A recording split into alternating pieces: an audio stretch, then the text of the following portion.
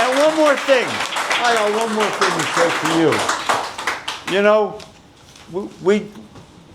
he said Daniel, he was surprised Daniel had never been, he thought Daniel was arrested, that's what Mr. Schaefer thought. I learned something about Miss Kate that I never knew. And when she told me, I said, really? Miss Kate's a lawyer. She has a law degree, Elon College. Mm-hmm. She has a law degree from Elon College. Why don't you put that on the cover of the book when you're judging her? I asked her to, you didn't bring it though, did you? I wanted, she says she got a big ass diploma sitting on the floor somewhere, all in a frame. Mine's real little. But she's a lawyer. And I was surprised, wasn't I? Yeah, he said he wanted proof. He said, bring it. Yeah, I didn't know if I believe it. But she showed me a picture of it.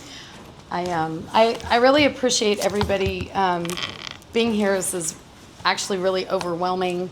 It's been a really hard, I don't even know what day it is. It's been a really hard 6 days. But it's been a really beautiful, 16 years that I've been here as at least a volunteer. I too was homeless as a child. I have 3 siblings, and our mother has poor mental health that is not taken care of. She does not use drugs. She's not an alcoholic. Her mental health isn't where it needs to be. And so we grew up very insecure, neglected, abused. I moved out when I was 16. And that's okay because I was created to be in this space and to take care of community because I understand how quickly people can get lost and how quickly you become depressed. The destitution sets in minutes when you realize you have nowhere to go. So the rhetoric that we've been hearing from our leaders is that everybody that is outside is on drugs and alcohol and they're criminals. And I can prove otherwise. I would not show up as a volunteer director in this coffee house for all of these years if I didn't see people rebuilding their lives. We have some people that are using substances.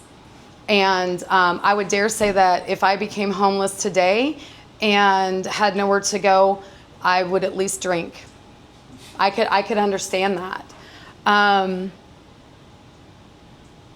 But we're failing our neighbors, we're failing our community, we're failing our workforce. And I am tired of it being based on opinions. We need to defer to data. We have a mayor that likes data. He likes numbers. He wants to see the research that's been done. That's been really nice. And I'm really overwhelmed, but I'm so thankful to be able to be in this space and to love community and know that when the chips are down, everybody's going to show up. It's been a little overwhelming. I have some friends, some professors out at CCU, Sarah and Stephanie, who have been interviewing people in this building and in different places and other resources in the city of Myrtle Beach. And they've done a paper that's been published. And the bottom line, where the numbers are, is that while not being able to collect every single denomination, they can show that I think it's over 60. She's somewhere here. I mean, the number's astronomical. I want to say it's 61 million. It might be 6.1 million. Find the paper. It's published. We'll put it out there. In 5 years, in the city, I think it's 6.1 million. But and that's sad that we're wasting time and money. We're wasting people's lives, and we're making people sicker. When you're, and not that they were sick to begin with, but when you're outside and your health declines, physical and mental. And I can't tell you how many people I've helped get birth certificates and ID, and they say, I'm a real person now. And that's not okay for me.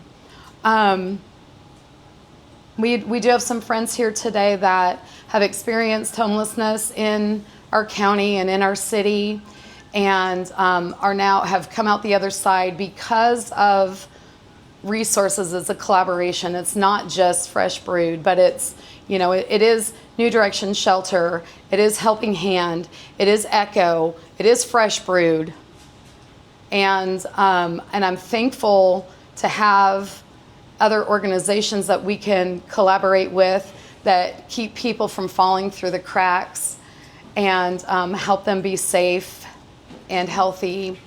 But we have a lot of work to do. I've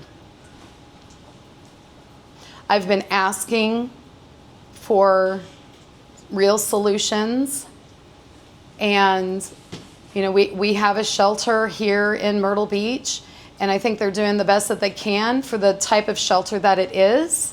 We need an emergency shelter. And I've started being a little bit kind of brazen and bold, and hope I can, put my money where my mouth is. But, I really do believe that if me and 12 of my closest friends who are on board for this, and all of the resources and organizations that we have that are doing great work, if we came together in an emergency shelter, we would have 90% of the people who are experiencing homelessness off of the street in a month. And somebody said, wow, like, are you crazy? That's pretty brazen. And I said, I know it because people trust me. People come here because they know that if they step foot in this building, they are going to be treated with dignity, tough love sometimes. I'm going to, you do something wrong, I'm going to help you turn yourself in, and I walk through it with you. But you're going to be given that dignity and that support to do better. And, and that's what we have proven over time. That's why people come here. One of the city managers said, why are all those people outside? When I had been called next door for a meeting, why are all those people outside? And I said, well, they're probably smoking cigarettes, but, you can't smoke it. No, you can't smoke inside. No, but all those people are out there because they know if they come here, we're going to help them figure out how to rebuild their lives. Mm-hmm. Healthcare, recovery, faith, fun. We are the longest running music and art venue in downtown Myrtle Beach. And we're treated like the redheaded stepchild every time, which is okay. But we have to do better, and we have to take care of our neighbors and our community. We have a workforce that we refuse to tap into. And I really appreciate everybody being here. And together we can do this. I don't want this to be a fight. I know it's, we're filing lawsuits and all these things. Well, as somebody who has a law degree, that's how we keep order. But I don't want to fight. I want to talk about the hope that we have for our community and for our county, because we have a lot of people that live out in the county because they're afraid to step foot in this city, because they don't want to get arrested for loitering, because they have nowhere to go.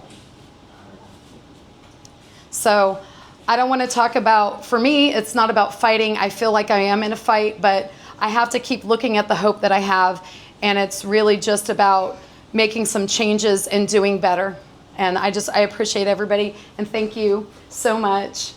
I thank you.